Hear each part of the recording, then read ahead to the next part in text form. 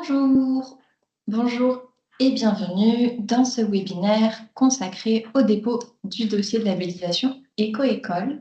Donc du coup, je m'appelle Soline, je suis chargée de mission du programme Éco-École, responsable du territoire francilien.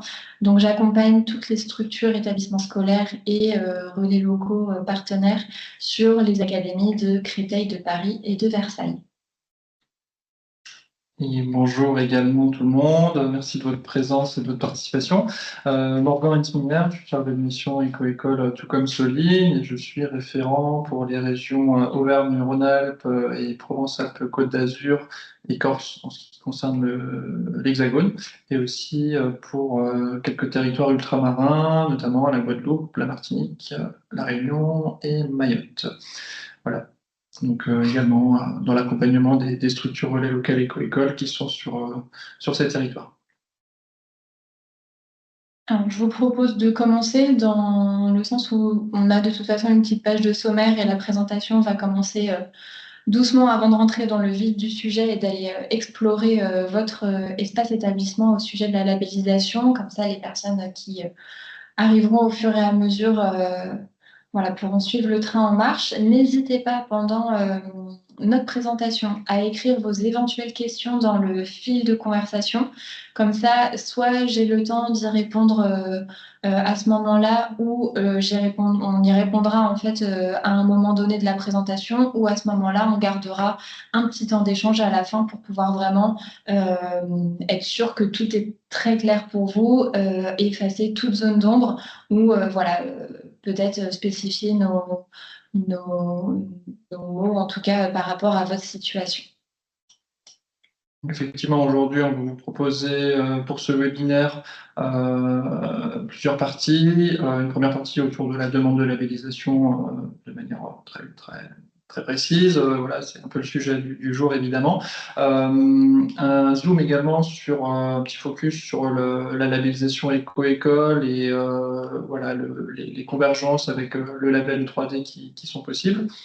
On en profitera ensuite pour faire un petit tour sur l'espace numérique, l'espace établissement, hein, pour vous montrer très concrètement aussi comment faire sa demande de dépôt en ligne.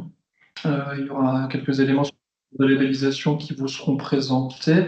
On passera un petit peu, voilà, on aura l'occasion d'en parler, mais sachez que ce support de présentation vous sera partagé aussi à l'issue de la présentation, donc vous retrouverez aussi tous ces éléments-là et vous aurez la possibilité de les reprendre à tête un peu reposée si besoin par la suite.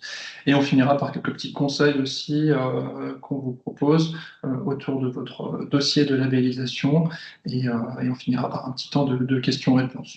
Voilà, si durant la présentation il y a des interrogations, n'hésitez pas aussi à intervenir, à prendre la parole ou à utiliser le fil de discussion. Alors, dans un premier temps, on vous propose de répondre à la question donc, pourquoi demander le label Éco-École.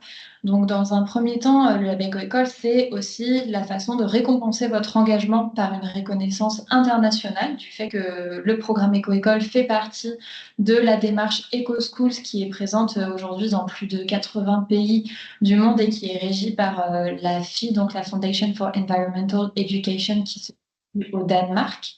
Ça vous permet aussi, à votre échelle, de proposer un moment qui est festif et fédérateur pour toutes les personnes impliquées, de valoriser votre démarche EDD sur votre territoire, de consolider votre dossier E3D. On va en parler un petit peu après de l'équivalence E3D éco-école grâce à la méthodologie de projet éco-école et d'obtenir des conseils qui sont personnalisés pour approfondir votre démarche et pour aller encore plus loin dans votre projet au fur et à mesure du temps. En termes de chiffres, donc pour l'année 2025, on a pu labelliser 642 établissements scolaires. Donc vous voyez la répartition en dessous en termes de labellisation éco-école, éco-collège, éco-lycée et des spécificités propres aux groupes scolaires et aux autres établissements. Donc on a vraiment une très grosse majorité d'éco-écoles. Ensuite, on arrive à accrocher quand même 126 éco-collèges un petit peu moins de lycées et ensuite on a 101 établissements scolaires qui ont des spécificités. En termes de nombre de labellisations par région, donc vous pouvez voir qu'on a des régions pardon, qui sont assez dynamiques sur la labellisation éco-école, donc notamment l'Île-de-France et les Hauts-de-France qui ont aujourd'hui à eux deux voilà, une petite longueur d'avance sur les dossiers. La région aussi Occitanie pardon, est assez dynamique à ce sujet-là. En termes de niveau, donc on va vous présenter la possibilité d'obtenir la labellisation éco-école sur 4 niveaux. Donc le niveau bronze, le niveau argent, le niveau or et le niveau platine. Donc vous voyez la répartition sur ces 642 dossiers à l'écran. Et il faut savoir qu'aujourd'hui, on a un label qui est quand même complètement accessible aux établissements scolaires qui souhaitent le demander, puisqu'on est à un taux de 99% de dossiers qui sont acceptés, avec vraiment ce point fort d'accompagnement de votre équipe éco-école tout au long de l'année pour s'assurer que votre dossier puisse être labellisé dans les meilleures conditions possibles. Pour donner des informations vraiment basiques en ce qui concerne le label éco-école, donc la demande de labellisation se fait en ligne directement depuis l'espace établissement, ce qu'on va voir de façon très concrète dans quelques minutes. C'est un label qui est facultatif, à aucun cas on demande, enfin, c'est un engagement que vous devez faire de demander la labellisation. C'est vraiment selon vos envies, vos besoins et vos capacités. C'est un label qui est à renouveler chaque année et qui est compatible avec le label académique E3D. La date limite de dépôt des dossiers est fixée cette année au 10 mai, qui est vraiment voilà, la date butoir pour déposer votre dossier. Et à l'obtention du label, vous allez recevoir par voie postale donc un drapeau éco-école, éco-collège ou éco-lycée que vous voyez sur la petite photo du haut, un diplôme avec le niveau obtenu qui est juste en dessous et également un courrier personnalisé avec des conseils de l'équipe éco-école pour pouvoir voilà, améliorer votre projet et savoir les pistes d'amélioration et les points forts de votre projet sur l'année. Les résultats sont communiqués à la mi-juin et le petit courrier postal suit généralement quelques jours après ces résultats. L'obtention du label, donc il va reposer sur plusieurs points. Donc dans un premier temps, la mise en œuvre des 7 étapes de la méthodologie donc, que vous voyez à l'écran. Donc ça va être en effet le fait de remplir un certain nombre d'informations pour chaque étape sur votre espace établissement, de bien impliquer les élèves dans votre démarche et ce, dans un maximum d'étapes de la méthodologie. Et de pouvoir en fait faire rayonner votre projet à minima à l'échelle de l'établissement et de pouvoir au fur et à mesure intégrer votre projet EDD sur votre territoire local, voire voilà, l'étendre au régional, au national ou à l'international.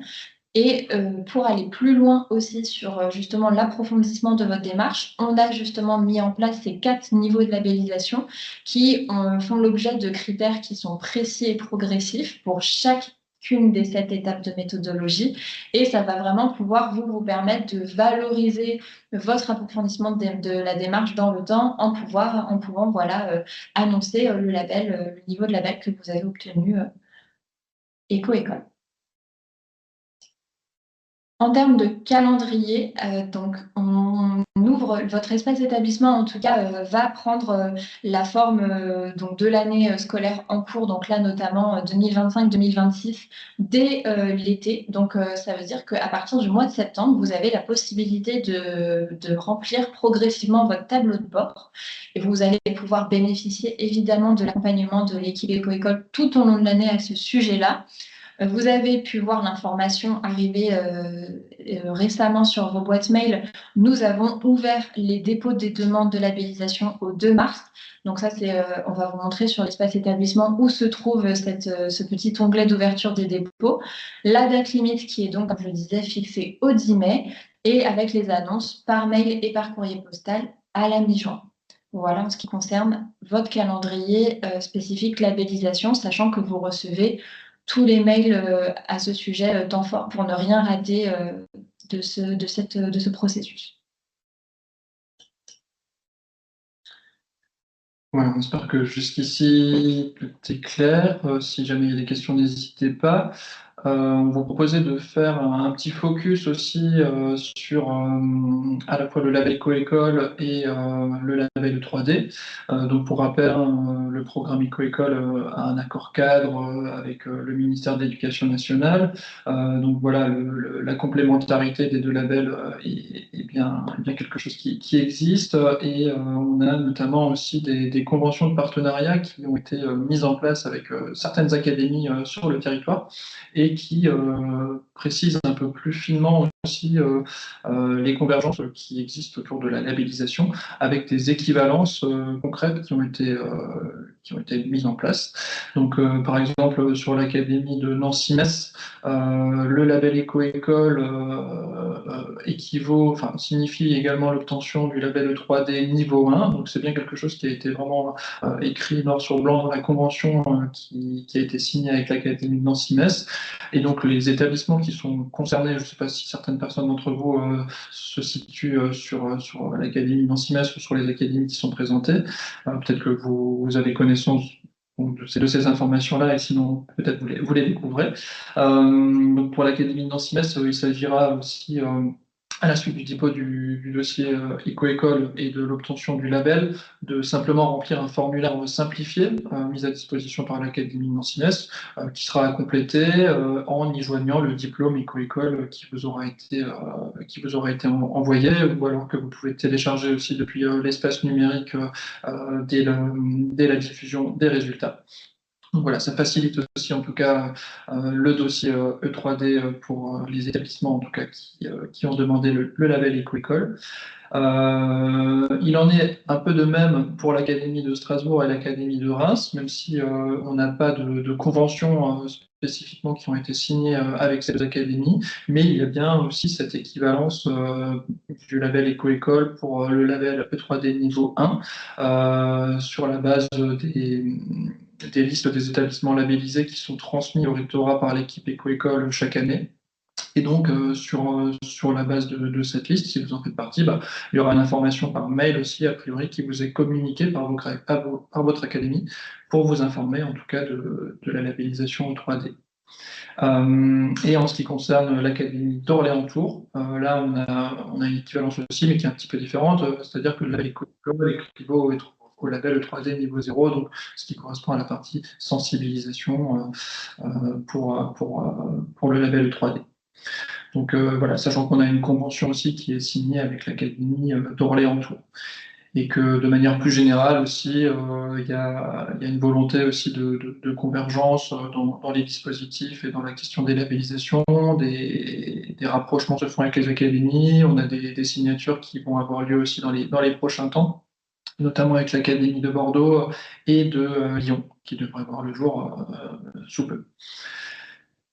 Voilà un peu pour cette question des équivalences. On voulait vous apporter aussi peut-être quelques petites informations qui pourraient vous être utiles, notamment dans la simplification un peu des informations que vous avez à renseigner dans les différents dossiers, que ce soit le dossier Éco-École, le dossier E3D.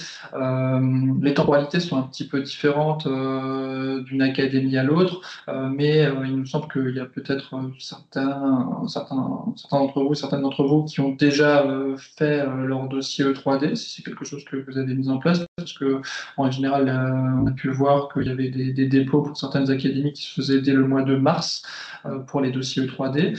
Donc, si vous en êtes là, l'idée était de vous montrer un peu comment les éléments, en tout cas, que vous avez pu renseigner dans votre dossier E3D puissent voilà, les valoriser en tout cas dans le dossier Éco-École et simplement les réutiliser aussi dans ce cadre-là, étant donné qu'il y a des choses en termes de critères qui sont très convergentes et qui sont assez proches en tout cas dans leur terminologie.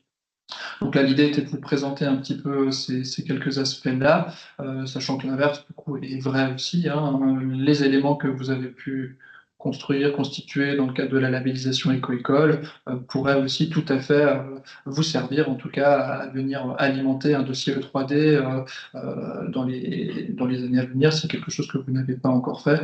Donc voilà, vous pouvez aussi vous resservir tout à fait de ce dossier Éco-École pour venir demander le label E3D.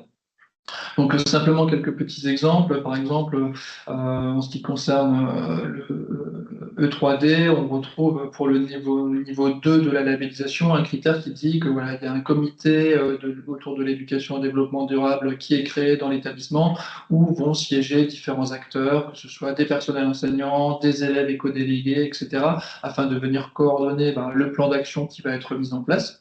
Et donc c'est quelque chose qu'on retrouve aussi, en tout cas dans les critères côté éco-école, hein, pour le niveau bronze, par exemple. C'est-à-dire qu'on a aussi un attendu d'avoir un éco-comité composé de plusieurs personnes de l'établissement scolaire, voilà, des personnels enseignants, des personnels de direction, etc., plus des élèves qui vont être présents dans cet éco-comité. Donc, voilà, on retrouve un peu les mêmes éléments.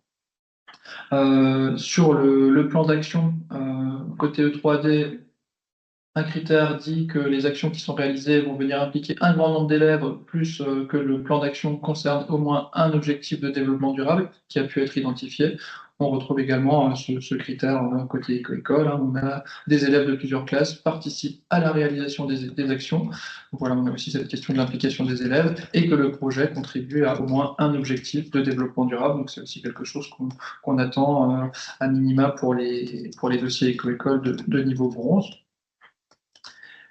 Ensuite, un critère aussi autour de la question du bilan annuel. Donc, côté E3D, on a aussi l'attente de réaliser, que le comité en tout cas qui se réunit réalise un bilan annuel. On a cette attente aussi côté éco-école avec un bilan annuel du déroulement du projet qui est réalisé à travers une série de questions hein, qu'on verra plus tard aussi sur l'espace établissement qui va vous être demandé d'être rempli. Et pour finir, des critères aussi relatifs à la question de la diversification des partenaires et de la communication autour du projet, avec côté E3D, voilà, l'attente de moins un partenaire extérieur qui est associé au projet, plus des actions qui sont valorisées, publiées par différents canaux de communication, à la fois en interne et en externe. Et c'est effectivement quelque chose qu'on retrouve aussi dans le dossier éco-école pour le niveau bronze, avec au moins un acteur extérieur, plus une communication qui est réalisée à minima au sein de l'établissement scolaire. Après, pour les autres niveaux, on va aussi attendre des communications externes. Mais voilà un peu en tout cas pour ces convergences qui existent et qui, dans un sens comme dans l'autre, vont vous permettre aussi de faciliter un peu les informations que vous allez devoir renseigner, en tout cas dans les différents dossiers de labellisation, si c'est quelque chose que vous souhaitez faire, sachant qu'il y a aussi des convergences qui existent aujourd'hui avec les autres labels d'éducation nationale, comme le label EduSanté. Voilà, il y a aussi des choses qui sont très similaires, donc on retrouve également des approches très similaires, en tout cas aux critères éco-école, avec notamment l'attente de la partie de la réalisation d'un diagnostic. C'est aussi quelque chose qu'on retrouve aujourd'hui dans les critères du label EduSanté, par exemple. Voilà, donc je vous propose tout de suite qu'on passe sur l'espace établissement, pour qu'on voit un peu de manière plus concrète ce à quoi ça ressemble, pour faire un petit tour d'horizon ensemble. Vous avez certainement déjà eu accès au vôtre et commencer à remplir des informations, mais ça permet de refaire un petit point ensemble et de vous présenter cela.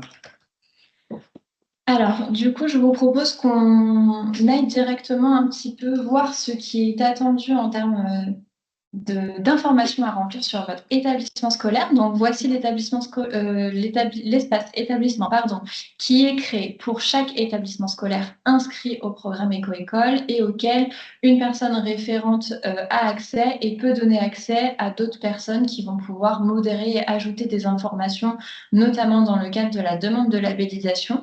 Donc, vous retrouvez ici sur cette interface, donc au milieu, les 7 points de la méthodologie éco-école, la thématique principale que vous avez choisie cette année.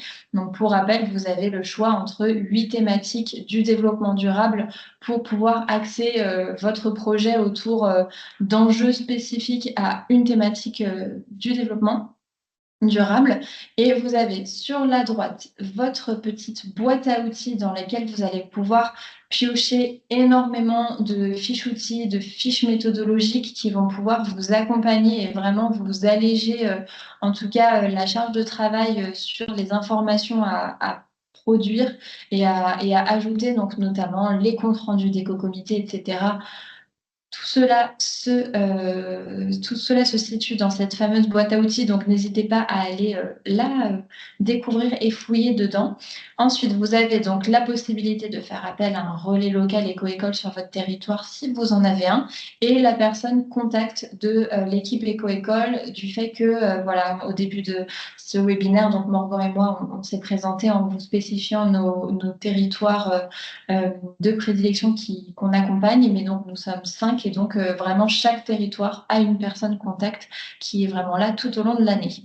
Donc, on va pouvoir, si vous voulez, voir ensemble les 4 premiers points de méthodologie pour voir un petit peu le degré d'information et les informations qu'on demande à ces sujets-là. Donc, en ce qui concerne l'éco-comité, vous allez avoir trois points spécifiques à renseigner. Donc, les membres de votre éco-comité. Donc, on entend par membres les personnes voilà, qui vont participer au comité de pilotage de votre projet ponctuellement dans l'année. Donc, ça peut être le personnel de l'établissement scolaire, donc vraiment le personnel administratif, enseignant, les gestionnaires de cuisine, les personnels d'entretien. Donc vraiment, n'hésitez pas à faire appel au plus de personnel possible dans votre éco-comité. Les élèves, évidemment. Donc on considère qu'à partir du niveau primaire, les élèves peuvent tout à fait avoir leur place ou être entendus lors de vos comités de pilotage directement ou indirectement. Et ensuite, vos partenaires. Donc ça va être l'ensemble des personnes extérieures à l'établissement scolaire qui ont un rôle dans votre comité de pilotage. Donc ça peut vraiment être une association, une collectivité, les parents d'élèves et notamment qui peuvent vraiment jouer un rôle. Donc, pour ce faire, vous pouvez éditer un membre de votre éco-comité en renseignant quelques petites informations à son sujet. Et comme ça, vous allez avoir vraiment une bonne visualisation des personnes qui sont dans votre éco-comité. Et pour les ajouter, vous voyez dans le petit bandeau bleu le petit bouton Ajouter. Voilà. Ensuite, vous allez pouvoir indiquer les réunions qui ont lieu dans votre année scolaire, lors de votre année scolaire à ce sujet-là. Donc, vous pouvez remplir le nombre de réunions que vous souhaitez. Donc là, par exemple, on en a rempli 3 dans l'année, donc une en septembre, une en décembre et ensuite une qui aura lieu prochainement le 18 mars.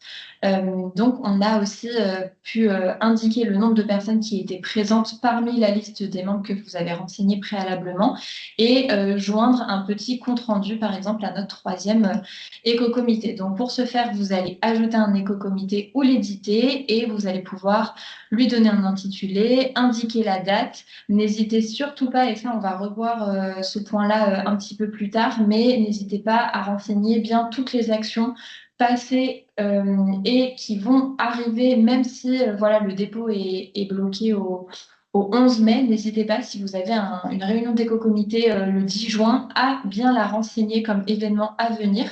Et vous allez pouvoir ensuite sélectionner les participants et nous donner un petit peu plus d'informations sur l'ordre du jour ou joindre directement un compte-rendu qui vont nous donner toutes les informations de ce qui a été discuté ou de ce qui va être discuté lors de cet éco-comité.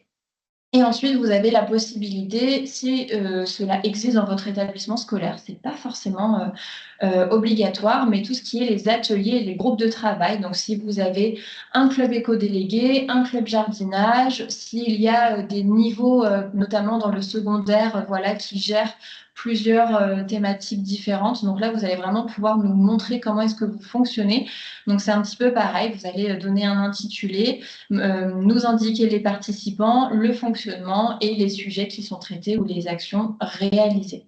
Donc, c'est vraiment pour nous avoir un état des lieux et un aperçu de comment est-ce que vous avez piloté votre projet dans l'année et la petite partie bilan que vous allez retrouver donc dans chacune des étapes de méthodologie. Donc là, pour la partie éco-comité, il s'agit juste de nous indiquer si les élèves ont été impliqués dans le pilotage du projet, donc quels ont été les niveaux concernés. Donc là, nous, on est sur un compte d'une école. Donc, vous avez bien jusqu'à la petite section au CM2, mais si vous êtes dans le secondaire, bah, vous allez avoir les niveaux concernés du secondaire à disposition et les effectifs. Et ensuite, le fonctionnement, donc à travers 3 petites questions, voilà, de juste nous donner des informations. J'attire tout de suite votre attention sur le petit bandeau bleu. Attention, il y a parfois des petites cellules oui, non dans les bandeaux bleus. Donc, faites bien attention à celle-là. Des fois, elle échappe à la vigilance et donc du coup, ça peut un petit peu fausser la compréhension de votre fonctionnement. Donc ça, c'est tout ce qui concerne l'éco-comité. En ce qui concerne le diagnostic, donc là, vous avez 2 fenêtres, donc ce qui est de nous donner des indications sur les éventuelles enquêtes réalisées.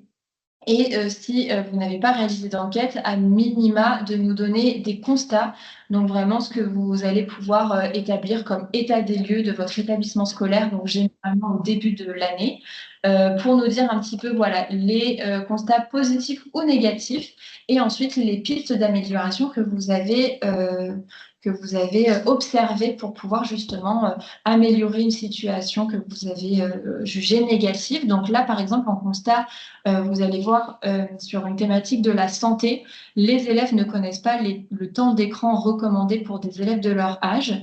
Donc, la piste d'amélioration va être de sensibiliser les élèves sur l'impact des écrans.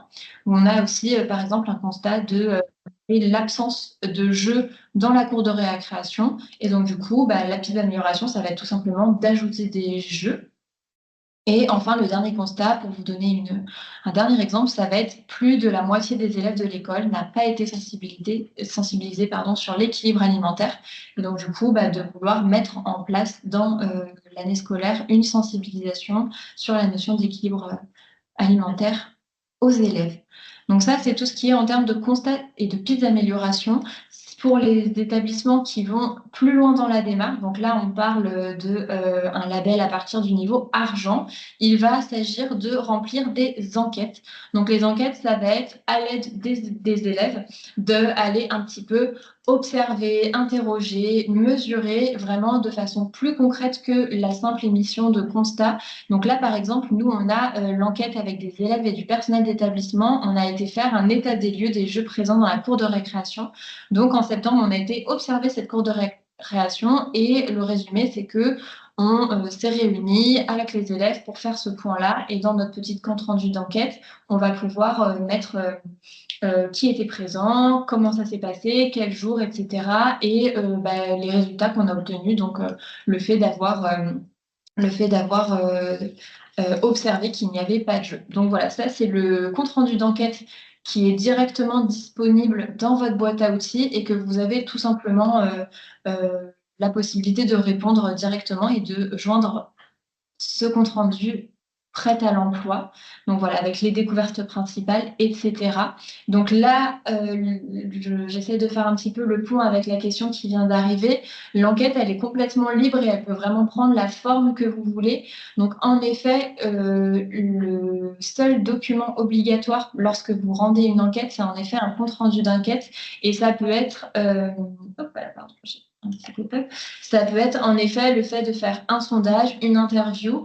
Une photo, elle peut suffire en effet. Alors la photo vaut mieux en effet qu'elle soit dans les documents annexes, mais ça va pas forcément être un compte rendu. Mais en tout cas, une photo, ça va nous apporter une information sur la méthode d'observation, etc. Donc il n'y a pas forcément une pièce jointe à joindre à chaque constat. On demande minima une pièce jointe pour une enquête. Voilà. Et pour les constats, pardon, il ne faut pas de pièces jointes. Alors, je ne sais pas si on peut, je vais vous montrer pour éditer un constat. Le constat est tout simplement un libellé. Donc, une seule phrase fait office de constat. Donc, les élèves ne connaissent pas le temps d'écran recommandé pour des enfants de leur âge. C'est un constat et il n'y a pas de pièces jointes à ajouter. Ce qui est le même cas aussi pour les pistes d'amélioration. Donc voilà pour ce qui est de remplir votre diagnostic et ensuite vous allez avoir cette petite partie bilan également qui suit ces informations-là. Et donc là, elle est très très courte, c'est les élèves ont-ils participé à la réalisation des constats et les niveaux et effectifs concernés. Voilà, donc vous pouvez ajouter cela, mettre à jour et nous, on pourra disposer de toutes les informations. Pour le plan d'action, donc là, il va être question de nous lister les actions que vous avez montées dans l'année, mis en place dans l'année sur la thématique principale, mais pas que. Donc n'hésitez pas en fait pour montrer, en effet, il faut que nous, si vous voulez, on ait un fil rouge tout au long de votre dossier sur votre thématique principale, mais rien n'empêche que vous valorisiez les actions que vous avez menées sur votre projet dans d'autres thématiques. Donc là, par exemple, vous voyez que nous avons 6 actions dans l'année. Il y en a donc 3 sur notre thématique principale de la santé qui sont liées à notre diagnostic qu'on a vu juste avant. Mais on a aussi envie de valoriser le fait qu'on a mis en place un menu végétarien par semaine qui est un petit peu plus lié à la thématique principale de l'alimentation ou l'utilisation du papier recyclé dans notre établissement scolaire qui lui est plutôt relatif à la thématique des déchets. Donc, vous pouvez ajouter le nombre d'actions que vous souhaitez lorsqu'elle celle-ci elle est nouvelle et donc vous allez tout simplement pouvoir renseigner le nom, qui était responsable, qui a préparé à l'action, la date de réalisation. Donc, encore une fois, vous pouvez valoriser une action qui a déjà eu lieu, une action qui est en cours ou une action qui va avoir lieu. La thématique, voilà, les participants présents, lier l'action à un constat du diagnostic, qui est quelque chose qu'on doit faire pour à minima une action, et ensuite lister les ODD auxquels ils contribuent, nous mettre des petits commentaires si vous le souhaitez, ou directement joindre une fiche action si ça c'est pour les, les niveaux hors, c'est un des critères obligatoires, mais en dessous de cela, vraiment, juste une présentation de l'action nous suffit.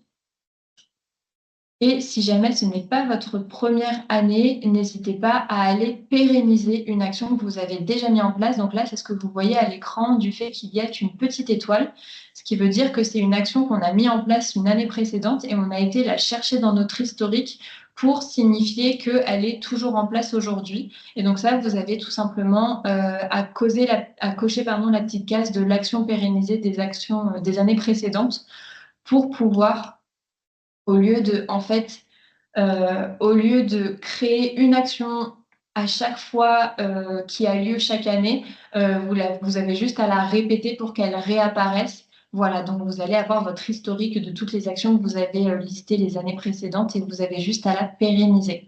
Donc la fiche action, en effet, elle n'est pas obligatoire pour les niveaux bronze et les niveaux argent. La fiche action, elle est obligatoire à partir du niveau or. Donc ça, on va vous présenter juste après la notion de grille de critères et de pièces obligatoires, mais en effet, on essaye d'alléger un maximum les dossiers pour les premiers projets ou pour les dossiers de labellisation bronze. Et donc, il y a un certain nombre de dossiers, de documents pardon, à joindre, mais pas forcément pour tous les niveaux. Donc, dans les petits points I que vous voyez à l'écran, il y a à chaque fois un petit récapitulatif. Et ensuite, pour la petite partie bilan de l'action, là, vous allez donc encore une fois repréciser les élèves, l'implication des élèves dans l'élaboration du plan d'action, dans la réalisation des actions. Et là, on fait une petite ouverture sur le territoire, donc de pouvoir nous dire est-ce que vous avez bénéficié d'une aide extérieure, est-ce que vous avez voilà, eu un impact avec des espaces extérieurs, des structures du territoire, une influence, etc. Donc là, vous avez aussi une petite information supplémentaire à nous donner. Et pour finir, je fais juste un petit point pour aussi l'évaluation des avancées, dans le sens où on considère que ces 4 premiers points de la libellisation, ce sont les 4 premiers points un petit peu les plus costauds, entre guillemets, et on vous laissera ensuite aller découvrir les 3 points restants, mais c'est vraiment la même mécanique. Donc là, l'évaluation des avancées du projet, ça va tout être simplement le fait de se poser la question de est-ce qu'on est en mesure de donner des mesures d'évaluation, enfin voilà, de faire une mesure d'impact, donc de pouvoir voir qu'est-ce qu'on a amélioré et comment on l'a amélioré.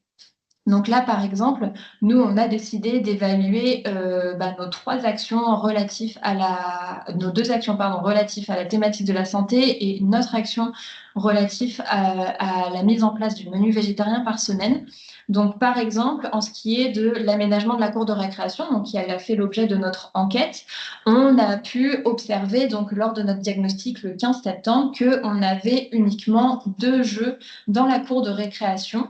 Et donc, notre action a été voilà, vraiment concentrée sur le fait d'augmenter l'aménagement, les jeux qui sont aménagés dans la cour de récréation. On en a mis en place 4 supplémentaires pendant l'année. Et donc, du coup, la mesure qu'on a faite, c'est qu'on est passé de 2 à 6. Et donc, voilà, ça, c'est tout simplement notre évaluation d'action. Donc, lorsque vous allez l'éditer, vous allez pouvoir indiquer notre indicateur retenu. Vous allez pouvoir le créer si jamais il n'existe pas d'emblée. Donc là, par exemple, nous, c'est ce qui est arrivé parce que par thématique, donc là, quand vous allez indiquer que c'est une thématique santé, ça va vous donner un certain nombre d'indicateurs conseillés ou inspirants. Mais si jamais c'est pas celui qui est relatif à l'action que vous avez menée, vous avez tout à fait la capacité de cocher autre et de préciser, vous, votre indicateur. Donc là, c'est le cas pour le nombre d'aménagements en unité. Donc on voit bien qu'on est passé de 2 aménagements en septembre à 6 aménagements au 15 avril. Et du coup, comme ça, nous, on comprend que vous avez mis en place 4 nouveaux aménagements au cours de l'année. Et c'est un petit peu la même dynamique et gymnastique pour le reste. Donc là, ensuite, vous allez voir une évaluation qui porte plutôt sur une quantité de nombre d'élèves sensibilisés. Donc, lors de campagnes de sensibilisation, généralement, c'est l'évaluation qui marche le mieux. Et donc, vous voyez bien qu'au début de l'année, on n'avait donc aucun élève sensibilisé. Et grâce à nos actions de sensibilisation pendant l'année, et ben, au 15 avril, on a pu faire voilà, la mesure et compter 150 élèves de l'établissement scolaire qui ont été sensibilisés à l'impact des écrans, voilà, parce qu'on a fait venir une personne intervenante, parce qu'on les a fait travailler sur une exposition, etc. Et pour finir, celle sur les menus végétariens, eh ben, on a tout simplement pu augmenter la fréquence de repas végétariens servis à la cantine. Et donc, on a pu établir qu'on a un certain pourcentage de menus végétariens par semaine. Voilà, donc ça, c'est toujours la même gymnastique pour ce qui concerne le suivi d'évaluation. J'arrive ensuite sur le bilan annuel et le bilan pluriannuel. Donc, le bilan pluriannuel, il n'est pas obligatoire. Le bilan annuel, si. Et donc là, il va s'agir en fait de répondre à un certain nombre de questions. Donc, d'abord relatif à l'évaluation du projet et ensuite beaucoup plus globalement à votre projet dans l'année. Et donc, ça prend la forme de 15 petites questions à puce pour lesquelles on attend donc une échelle, une estimation d'échelle par rapport aux questions et ensuite des petits commentaires qui nous aident énormément dans l'étude des dossiers, à comprendre ce qui s'est passé et à pouvoir valoriser au mieux votre projet. Voilà, donc petit point d'attention sur ce bilan qui est extrêmement important pour nous lors de l'étude des projets. Le bilan pluriannuel, je vous laisserai le découvrir, mais en tout cas, il ne concerne que les établissements de niveau à partir de niveau platine. Voilà. Et je m'arrête là, en tout cas, pour la présentation très globale de ces points de méthodologie et d'informations à apporter. Mais en tout cas, pour ce qui se réfère de la labellisation, vous avez toujours les petits i d'informations qui vous guident au fur et à mesure. Voilà, qu'on voit à l'écran pour demander la labellisation. Donc, vous pouvez, par point de labellisation, voir tout ce que vous avez à renseigner. Et donc, voilà, imaginons, on est au moment du dépôt de labellisation et là, vous avez estimé remplir votre espace établissement et vous souhaitez déposer votre dossier. Et du coup, Morgan va vous présenter la démarche de vérification et de dépôt. Et voilà, une fois que votre dossier dans les différents points de la méthodologie a été complété. Vous y avez mis des informations relatives à ce qui était noté là, hein, pour demander la labellisation pour tous les niveaux, qu'est-ce qui est attendu. Avant le dépôt, il va falloir que votre dossier soit conforme. Donc, effectivement, ici, on a une petite box tout en bas à gauche de votre tableau de bord qui s'affiche et qui va vous donner un niveau de prétention de votre dossier selon les informations que vous avez renseignées. Mais avant ça, il va falloir aussi que, à minima, le niveau bronze puisse être validé. Sinon, votre dossier sera considéré comme non conforme. Et donc, effectivement, là, en l'occurrence dans le cas de figure qui est présenté ici. Pour l'instant, en l'état, le dossier de labellisation n'est pas conforme, donc ne peut pas être déposé encore. Et donc, il y a une petite étape de vérification du dossier qui va être possible de faire. Donc, il y a un petit bouton qui se retrouve ici. Vous le retrouvez également sur la page d'accueil du tableau de bord. Ici, vérifier le dossier. Donc, à partir du moment où la période de labellisation s'ouvre, donc là, cette année, c'était au 2 mars, vous allez pouvoir rentrer dans ce processus de vérification du dossier et déposer votre dossier. Bien évidemment, dès septembre, vous avez la possibilité, on le rappelle, de compléter des informations sur votre tableau de bord et je vous invite bien évidemment à le faire pour éviter d'avoir à tout renseigner en même temps, au même moment. Donc vous allez pouvoir ici vérifier et modifier si besoin les informations de votre dossier et déposer enfin votre demande avant la date butoir. Donc on va aller ensemble dans ce petit processus de vérification. Donc vous allez pouvoir ici essayer de voir point par point si les éléments à minima pour le niveau bronze sont remplis ou non et s'il y a des éléments qui sont manquants. Donc on va commencer la vérification. On va pouvoir voir ici pour l'éco-comité que tous les voyants semblent être au vert. On a une composition d'éco-comité avec 14 membres. On a ici une information qui nous dit qu'il faut un minimum de 2, donc tout va bien. Mon éco-comité s'est réuni 3 fois, très bien aussi. Le minimum requis, c'est 2 à partir du niveau bronze. Et vous avez transmis un compte-rendu de réunion. Effectivement, là aussi, il y a au moins un compte-rendu de réunion qui doit être transmis pour le point méthodologique éco-comité. Donc là, tout va bien. On a pu renseigner toutes les informations. Ce point-là du critère est bien conforme. De la même manière, ensuite, pour le diagnostic, on va retrouver que les informations sur les constats ont été renseignées au regard de la thématique choisie pour l'année et que les élèves ont été associés à la réalisation des constats. Donc tout va bien ici aussi à ce niveau-là. On arrive à la partie du plan d'action. Donc là, vous allez pouvoir voir qu'il y a des éléments qui sont manquants dans votre dossier, qui ne permettent pas de dire la conformité en tout cas des éléments. Donc là, on a 2 éléments qui apparaissent en rouge. Donc il est noté que votre plan d'action comporte 6 actions, c'est ce qu'on a vu tout à l'heure, hein, dont 0 qui découle directement des constats issus du diagnostic. Donc effectivement, là, il y a un minimum requis qui est au moins une action sur la thématique principale qui soit liée à un constat du diagnostic. Donc pour ce faire, on peut cliquer ici sur le petit crayon. On va se rendre directement dans le point méthodologique du plan d'action. Et en fait, ce qu'il va falloir faire, c'est éditer une de vos actions, comme la campagne de sensibilisation sur les écrans. Et en fait, dans cette fenêtre-là, il y a une partie tout à l'heure qu'on avait vue qui était de lier l'action à un constat du diagnostic. Donc il est écrit ici facultatif, parce que c'est pas obligatoire de le faire pour toutes les actions, mais il faut à minima qu'une de vos actions de votre plan d'action soit liée à un constat du diagnostic, pour essayer de montrer un peu la cohérence aussi du projet entre la partie diagnostic, l'état des lieux qui a été fait, et le plan d'action qui a été élaboré suite à ce diagnostic. Donc ici, on va pouvoir choisir un des constats liés à cette action, en l'occurrence le fait que les élèves ne connaissent pas le temps d'écran recommandé pour des enfants de leur âge. Donc on sélectionne ce constat, on le lie à cette action, on clique sur modifier, et ensuite on va pouvoir repartir sur le processus de vérification. Si on revient dans cette partie du plan d'action, on voit bien que là, le critère en question est passé en vert, donc tout va bien. Il y avait un deuxième point qui était en rouge, le fait que les élèves de plusieurs classes ont participé à la réalisation des actions. Donc là, de la même manière, a priori, il y avait bien des élèves qui ont participé à la réalisation des actions, mais on voit ici, Soline le disait tout à l'heure, dans le petit bandeau bleu, à la question «Les élèves ont-ils été impliqués dans la réalisation des actions?» Il y a bien des classes qui ont été renseignées, un nombre d'élèves qui a été renseigné, mais voilà, il y a juste le petit bouton «Oui» à la question qui a été oublié de cocher, donc c'est quelque chose qui arrive assez fréquemment.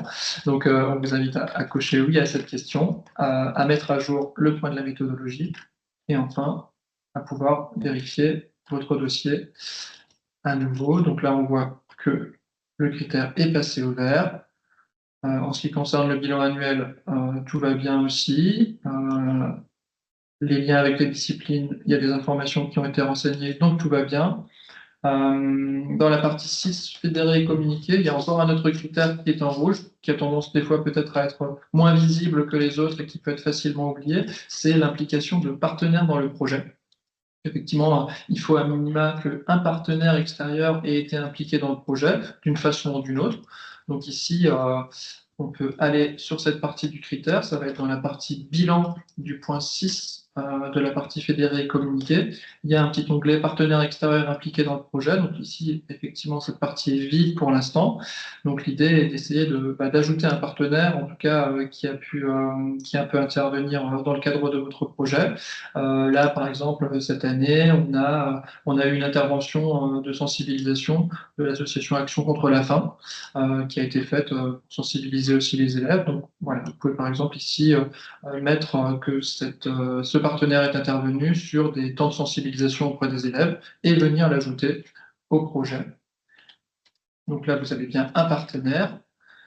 Et ensuite, bon, là, le dossier apparaît comme non conforme. Vous allez pouvoir ici, normalement, recalculer le niveau de labellisation. Et si tout va bien, voilà, vous pouvez avoir votre dossier qui passe en conforme. Et ici, on peut voir que votre dossier peut prétendre à une labellisation de niveau bronze.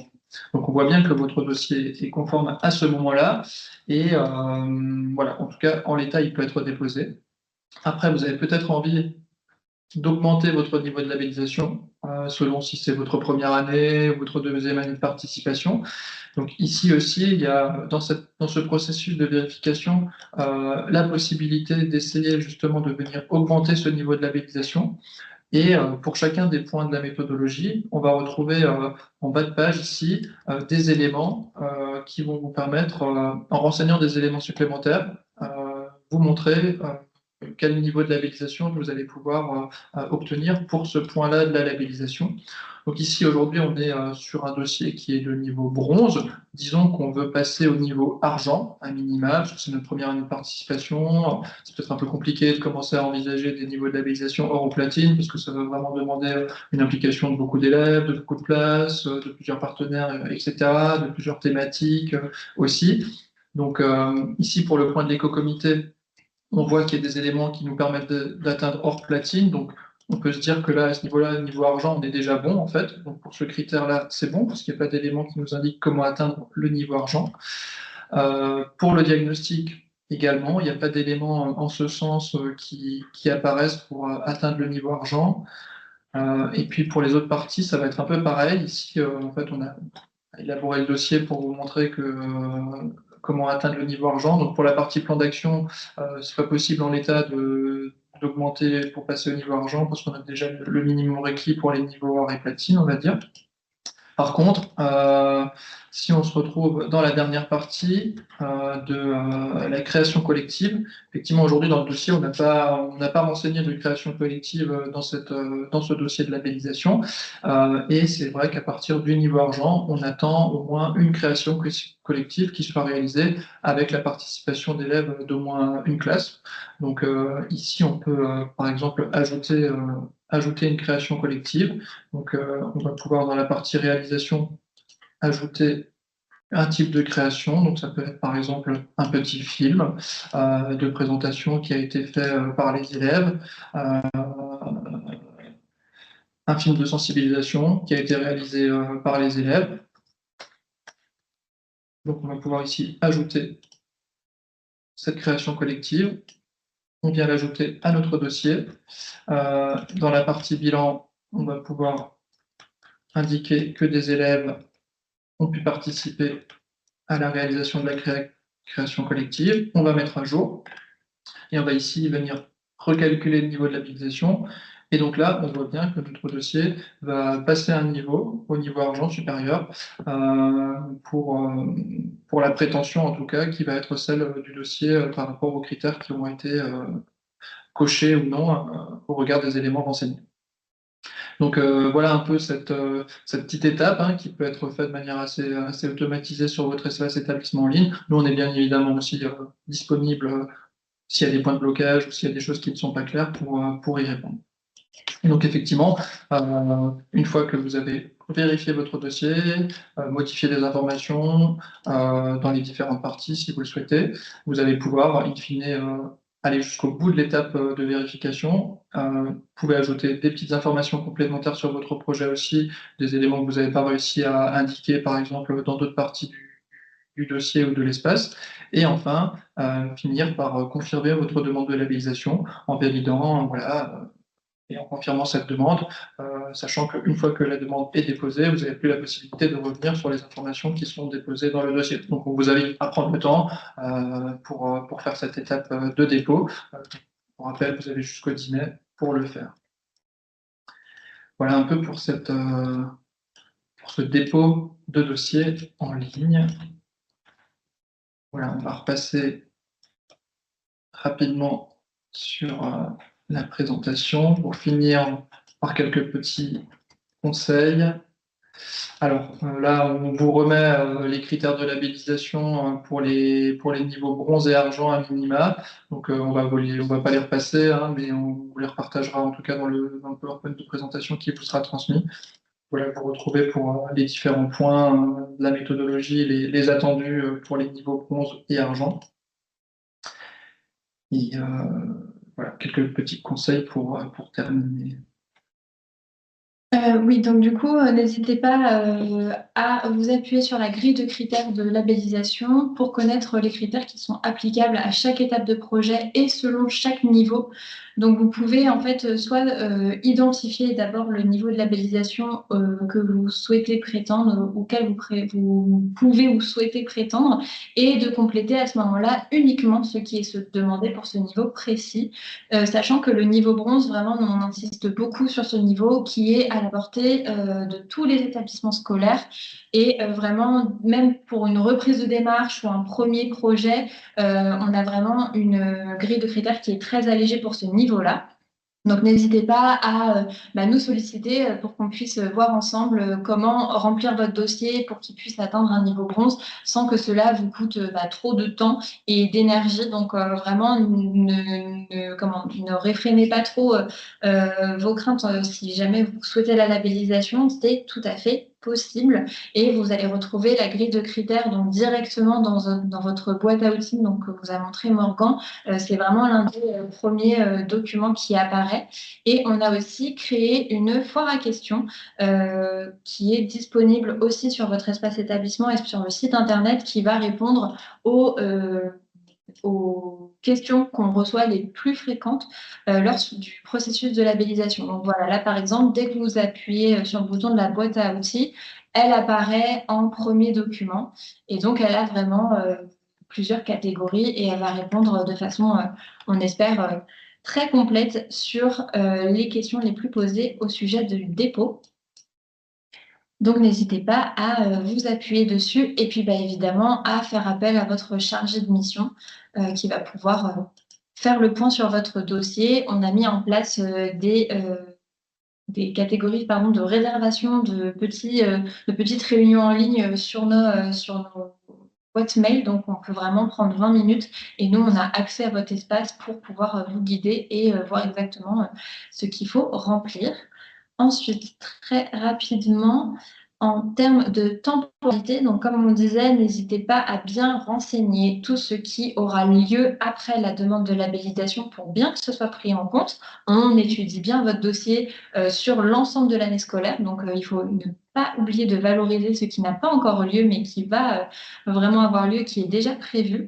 Et pour les thématiques travailler, si jamais vous manquez de temps, prioriser les enquêtes et les actions qui portent sur votre thématique principale, parce que vraiment, nous, on a besoin de ce fil rouge pour pouvoir vous labelliser. Et si vous avez un petit peu plus de temps, ce qui est le cas aujourd'hui, voilà, pour le 11 mars, du 11 mars au 11 mai, vous avez largement le temps de bien renseigner les enquêtes et les actions menées, si c'est le cas, sur d'autres thématiques pour pouvoir en fait vraiment montrer la disciplinarité de votre dossier et de vraiment pouvoir mettre en avant toutes les thématiques de développement durable qui sont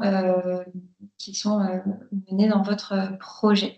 Et n'hésitez pas, la petite astuce, à créer l'action dans le plan d'action avec l'intitulé de la thématique ou de joindre directement un document qui va lister toutes les actions sur cette thématique pour gagner un petit peu de temps, sachant que vraiment toutes les pièces jointes que vous allez joindre sont étudiées. Et donc même si des fois il y a des pièces jointes, vous ne savez pas forcément où les mettre, vous les mettez dans les informations complémentaires de la vérification du dossier et nous on fait très rapidement toutes les passerelles.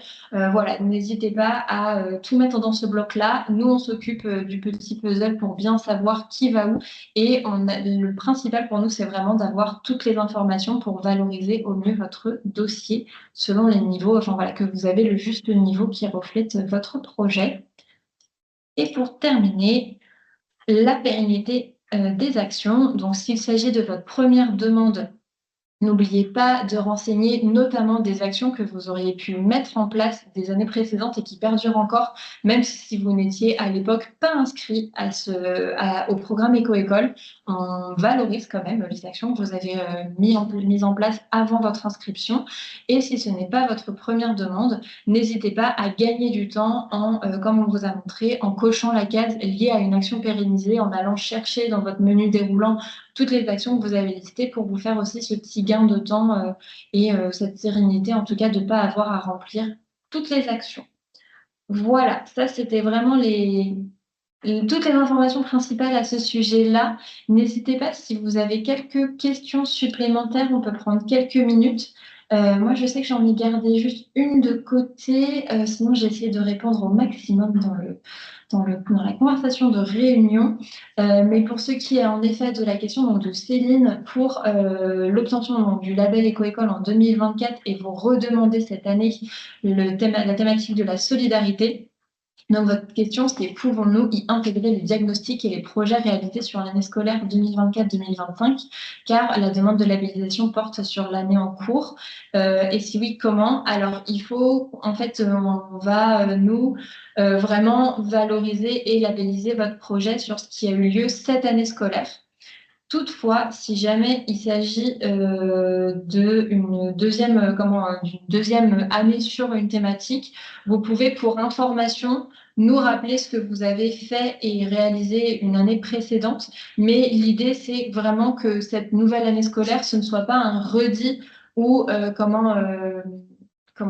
quelque chose qui est très similaire à ce que vous avez monté une année précédente. Il faut vraiment que nous, on voit la diversité des enjeux et des actions que vous avez menées cette année, même si c'est la même thématique. Voilà, donc ça peut être un fil conducteur dans le sens où vous avez mené une action sur une thématique, donc là notamment un projet pardon, sur la solidarité précédemment, et là vous souhaitez améliorer ou approfondir cette thématique, c'est tout à fait possible. Par contre, nous on demande à ce que ce soit des enjeux qui soient différents de ce que vous avez fait auparavant. Donc bien évidemment, vous pouvez nous intégrer ce que vous avez fait avant, ou nous dans tous les cas, on a de toute façon accès à votre historique. Mais voilà, vous pouvez nous faire une visualisation globale de ce que vous avez déjà fait, mais c'est bien ce que vous avez fait cette année qui sera pris en compte pour l'obtention du label. Ça peut nous aider d'avoir des informations, en effet, pour mieux valoriser votre démarche, mais il s'agit bien d'un label renouvelable sur une année, donc c'est cette année en cours qui compte. Voilà, oui. Alors Fanny, vous avez deux questions. Est-ce que vous souhaitez utiliser votre micro pour qu'on puisse vous écouter? Oui, bonjour. Bonjour, Alors, je vous écoute. voilà, donc merci déjà pour votre présentation. Je suis en Guyane. J'ai une question. La première question, c'est concernant ce que vous aviez évoqué sur la passerelle entre votre labellisation et la labellisation E3D. Et la deuxième question, c'est au niveau des modalités pour faire conventionner notre région académique avec votre structure Éco-École. Merci. Oui. Alors, la première question sur la passerelle, quelle serait votre question par rapport à ça? Bah, en fait, c'était de savoir concrètement si, eh bien, là, nous, on remplit, sur votre site de quoi Oui, être labellisé Éco-École. oui. S'il y a un parallèle qui est fait par rapport à la labellisation E3D, si oui, comment? Oui, alors en effectivement, termes de modalité. la seule difficulté pour nous aujourd'hui, il y a effectivement des passerelles et des similitudes qui sont très proches, hein. Le label Éco-École existe depuis 2005, la labellisation E3D est un peu plus récente et c'est vrai qu'elle est pas mal inspirée, on va dire, aussi de la méthodologie de projet. Donc il y a des similitudes assez fortes. Et tous les éléments, en tout cas, que vous allez pouvoir renseigner dans votre dossier Éco-École vont répondre aux critères attendus pour le label E3D. J'ai pas vraiment de doute par rapport à ça. Après, la seule difficulté pour nous, c'est que d'une région académique à l'autre, les critères E3D peuvent varier. Ils ne sont pas toujours sensiblement les mêmes. Donc, on n'a pas une connaissance très fine non plus des critères E3D pour l'Académie de Guyane, par exemple. Mais n'hésitez pas aussi peut-être à vous rapprocher peut-être de Novarou, qui est chargé de mission référent, en tout cas pour l'Académie. Il a peut-être un peu plus d'éléments par rapport à ça. Et essayer de faire le parallèle avec les critères éco-école et les critères E3D. Après, si vous souhaitez, nous, ou revenir vers moi aussi, hein, j'ai un peu regardé justement ces éléments, on pourra peut-être prendre un temps un peu plus précis pour voir par rapport aux critères E3D de l'académie, qu'est-ce qui pourrait correspondre aux critères éco-école, mais j'ai pas trop de doute sur le fait que si vous remettez des informations de votre dossier éco-école dans votre dossier E3D, que vous puissiez être labellisé sans trop de difficulté sur le label E3D. Après, pour accrocher aussi l'Académie de Guyane dans un partenariat, effectivement, nous, voilà, on travaille, on communique de manière assez régulière aussi avec les académies hein, pour leur présenter l'éco-école, les dispositions qui sont les nôtres, les ressources, l'accompagnement, etc. Avec cette volonté aussi, pourquoi pas, de conventionner. Donc, il y a des actions qui sont mises en place là-dessus. Maintenant, s'il y a de l'aide qui est formulée par des remontées aussi des écoles, hein, ça peut faciliter peut-être les choses. Mais voilà, ce jour, sur l'Académie de Guyane, il n'y a pas de convention encore qui existe, mais on essaye aussi de travailler en ce sens. Je ne sais pas si ça répond à votre question, mais Oui, c'est merci. quelques petits éléments de réponse Et, après à regarder peut-être plus en détail. oui. Et j'avais du coup, de ce fait, une troisième, parce qu'il y a un établissement qui est labellisé Éco-École en Guyane, j'ai vu sur votre slide. Et c'est Oui. quel établissement alors? Alors là, tout de suite, je pourrais pas vous donner le nom, mais si vous souhaitez que je vérifie ça, c'est vrai que nous, on n'est pas, c'est pas nos territoires là, Soligny et moi en l'occurrence, donc on n'a pas non plus en tête tous les noms d'établissements, D'accord. mais on pourra revenir vers vous si vous le souhaitez par mail, si vous écrivez pour que on vous donne des informations. Elles sont aussi retransmises, enfin, elles sont aussi disponibles normalement sur le site EcoÉcole. Il y a une Super. cartographie aussi. Mhm. Euh, donc vous pouvez regarder sur la cartographie en ligne l'établissement de Guyane qui est labellisé. Normalement, il devrait apparaître. Parfait. Merci beaucoup. Ça pourrait peut-être permettre de les contacter, effectivement, si vous le souhaitez. Merci. Alors, je vois que nous avons une main levée de Sandra. Est-ce que vous voulez prendre la parole pour nous poser votre question? Oui, bonjour. Alors, j'avais mis par écrit, mais je pense que dans le fil de conversation, c'est parti. Est-ce que quand un établissement est labellisé, est-ce qu'il est labellisé dans une thématique précise? C'est-à-dire que là, par exemple, nous travaillons sur les déchets. Quand on va faire la demande, ça sera sur les déchets. Oui, en tout cas, c'est ce qui va être spécifié en effet sur vos documents de labellisation, donc sur le courrier et notamment sur le diplôme. Donc, vous aurez bien l'année scolaire, vous avez été labellisé à tel niveau sur telle thématique, du fait que cette thématique sera votre thématique principale de l'année. Et en D'accord. fait, voilà, c'est pour vraiment encourager les établissements scolaires à aller explorer d'autres thématiques et vraiment aller voir des enjeux différents et de sensibiliser les élèves avec une approche vraiment la plus globale possible au fil du temps autour du développement durable. D'accord. Alors, deuxième question, est-ce que l'année d'après, si on choisit un autre axe, mais qu'on continue tout de même à faire quelques actions dans la thématique des déchets, est-ce qu'on peut évoluer dans le niveau, si on était bronze, est-ce qu'on peut passer labellisation argent dans le domaine déchets? Oui, tout à fait. Bah, c'est vraiment l'objectif aussi que les choses soient progressives et se fassent petit à petit dans le temps, que le projet prenne de l'ampleur d'année en année. Vous avez tout à fait la possibilité d'approfondir une même thématique l'année suivante, en allant un petit peu plus loin, en explorant des nouveaux enjeux autour de cette thématique, en impliquant plus de classes, plus d'élèves, plus de partenaires, par exemple, pour justement aussi venir progresser dans le niveau de labellisation. Mais vous pouvez garder cette même thématique. Après, on va inviter les établissements scolaires au fil des années de pas rester trop longtemps sur une même Trop thématique. longtemps, oui.